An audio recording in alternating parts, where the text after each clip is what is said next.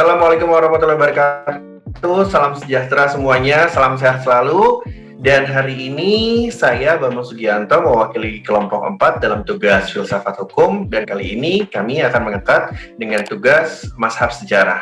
Nah, untuk mazhab sejarah, sepertinya lebih enak kita kenalan dulu kali ya. Yang di kelompok 4 ada siapa aja? Yang pertama ada Mas Bagas Islami. Halo. Dan selanjutnya yang paling cantik ini ada Camelia Apriani. Halo. Nah, masih ada lagi, ada Mas Dani Arif. Halo. Dan selanjutnya ada Mas Dian Ekawanto. Halo.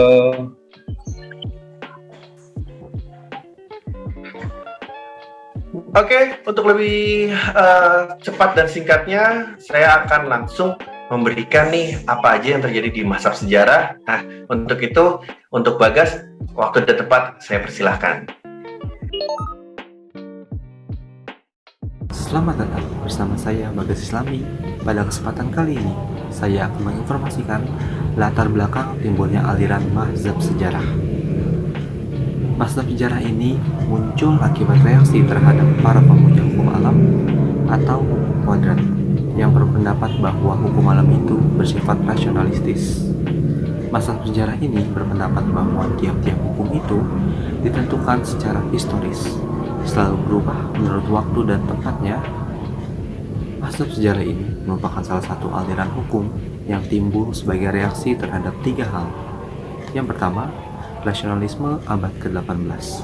Pada abad ini, masyarakat pada umumnya hanya mengandalkan jalan pikiran deduktif, yaitu jalan pemikiran pada masa itu yang didasarkan pada hukum alam, kekuatan akal, prinsip-prinsip dasar, serta tidak memperhatikan fakta sejarah serta budayanya. Yang kedua, semangat revolusi Prancis yang menentang tradisi dengan misi kosmopolitannya.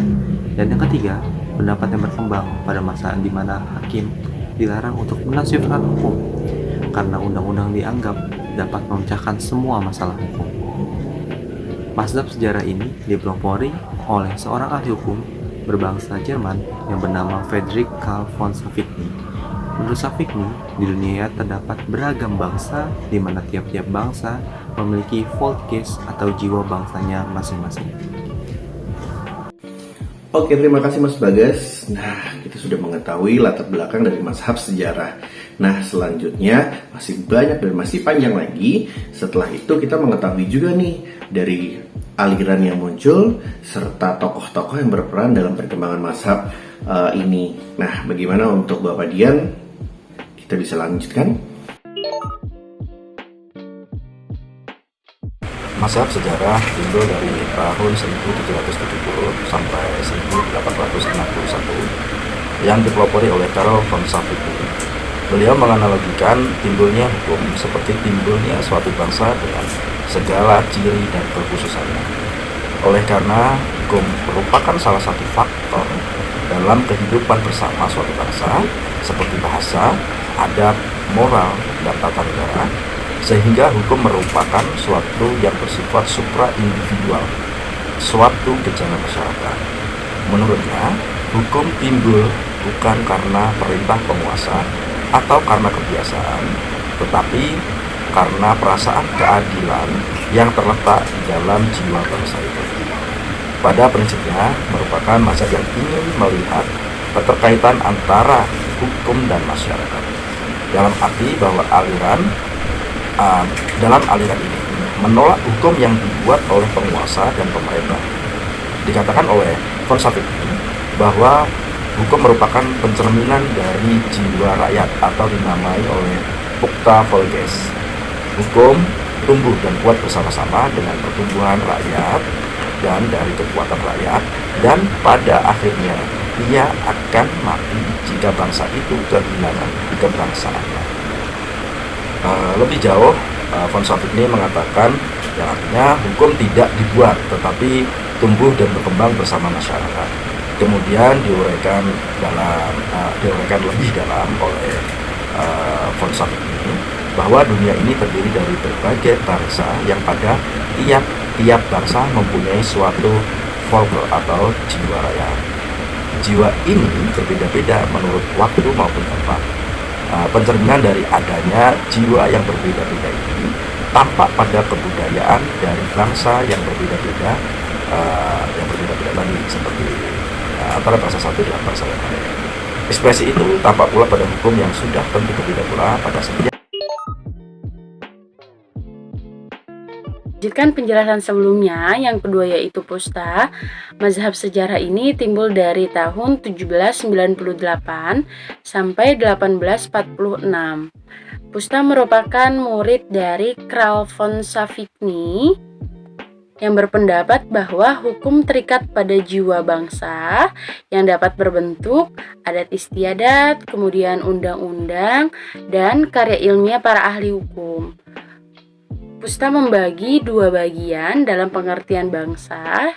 Yang pertama yaitu bangsa alam, yang kedua bangsa dalam arti nasional, yang merupakan suatu organisme yang membentuk sebuah negara. Sedangkan bangsa alam hanya memiliki hukum sebagai keyakinan hukum yang hidup dalam jiwa. Bangsa harus disahkan melalui kehendak umum masyarakat. Pengesahan hukum tersebut dilakukan dengan cara membentuk.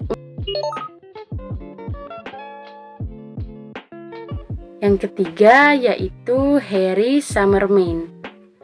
Mazhab sejarah ini lahir tahun dari 1822 sampai 1888. Sumbangan Henry Samerman bagi studi hukum dalam masyarakat, terutama tampak dalam metode empiris, sistematis, dan sejarah untuk menarik kesimpulan umum. Masyarakat progresif adalah yang mampu mengembangkan hukum misalnya dengan perundang. Nomor 4. Pemikiran Lawrence Friedman. Pemikiran Lawrence Friedman, keberadaan hukum sebaiknya dipahami dalam konteks sistemik.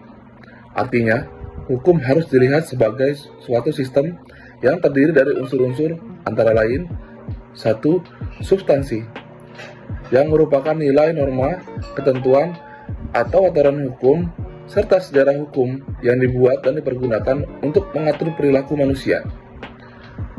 2.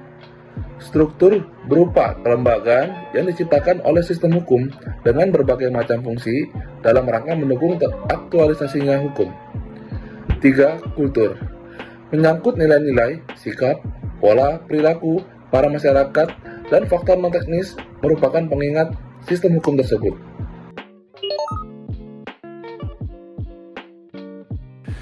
Sebagaimana telah diuraikan di atas, maka kesimpulannya adalah di mana tentang mazhab sejarah von Savigny dan juga muridnya Pucha serta Lawrence Friedman, Henry Samer mencoba menunjukkan bahwa hukum sangatlah memiliki keterkaitan dengan masyarakatnya. Karena hukum yang ideal adalah hukum yang nilai-nilainya hidup di dalam suatu masyarakat atau yang lebih kita sebut dengan living law, yang dimana antara hukum dan moral tidak bisa dipisahkan karena hukum dibentuk dari paradigma suatu masyarakat tentang apa yang baik dan buruk, yang seharusnya dan yang tidak seharusnya, terlebih paradigma tentang keadilan. Dengan demikian, bila hukum atau aturan perundang-undangan tidak menyatu dengan jiwa masyarakatnya, Volksgeist atau yang kita sebut dengan budaya hukum masyarakat, maka hukum tersebut akan sulit ditegakkan. Lebih lanjut, von Savigny menyatakan bahwa di dunia ini terdiri dari berbagai bangsa dan latar belakang budaya yang berbeda-beda, yang pastinya akan sangat mempengaruhi dengan hukum yang ada di setiap negaranya. Dan pastinya juga karena logikanya budayanya saja sudah berbeda, pasti produk hukumnya yang dihasilkan pun akan berbeda satu dengan lainnya. Sekian pemaparan dari kelompok 4. Semoga ilmunya bermanfaat dan semoga pandemi ini bisa cepat berlalu agar kita bisa kembali beraktivitas normal dan berkumpul bersama orang terkasih. Kurang lebih mohon maaf. Wassalamualaikum warahmatullahi wabarakatuh. Waalaikumsalam warahmatullahi wabarakatuh.